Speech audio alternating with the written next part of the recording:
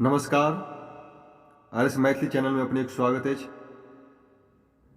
एखन हम सब देखब महाकवि विद्यापतिक कुछ अन्य नाम एवं उपाधि।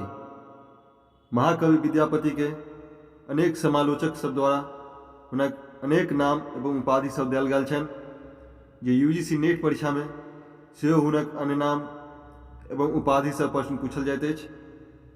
तऽ हम सब देखै छी महाकवि विद्यापति अन्य नाम एवं उपाधि सब की छनि। पहिल अछि कवि कोकिल। कवि कोकिल के उपाधि से हुनका सम्मानित कयल गेल छनि। कवि कोकिल एहि दुआरे कहल जाइ छनि हुनका कि हुनक रचना सब एते मधुरगर रहैत अछि, जकरा गायल जाइत अछि तऽ सुनैमे बहुत प्रिय लगैत अछि। जहिना कोयल के बोली होइत अछि मधुरगर प्रिय, तहिना महाकवि विद्यापतिक रचना के सेहो गायन कयल जाइत अछि तऽ एते सुंदर लगैत अछि। एहिके बाद दोसर भऽ गेल मैथिल कोकिल। हुनका मैथिल कोकिल उपाधि से सेहो सम्मानित कयल गेल छनि, कारण ओ मिथिला के छलाह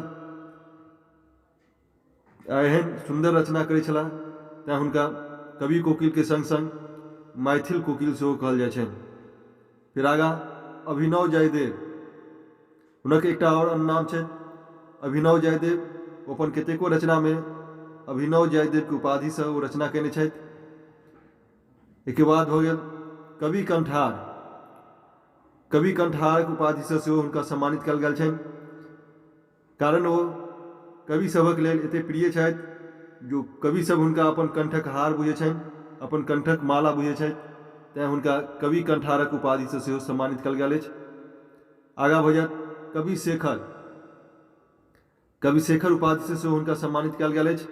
फिर नव कवि, खेलन कवि, कवि रंजन, पंचानन, दशावधान इत्यादि अनेक उपाधि से हुनका सम्मानित कयल गेल छनि। और नेट परीक्षा में हुनक एहि उपाधि सभक नाम सेहो पूछल जाइत अछि। दऽ जे विद्यापति के निम्न में से कोन अन्य नाम अछि या कोन उपाधि प्राप्त छनि, चाहे दऽ देत अभिनव जयदेव किनका कहल जाइत अछि, एहिमे 4टा कवि के नाम दऽ देत, चाहे खेलन कवि किनका कहल जाइत अछि।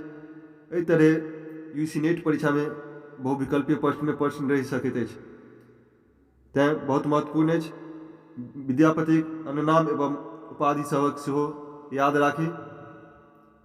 धन्यवाद।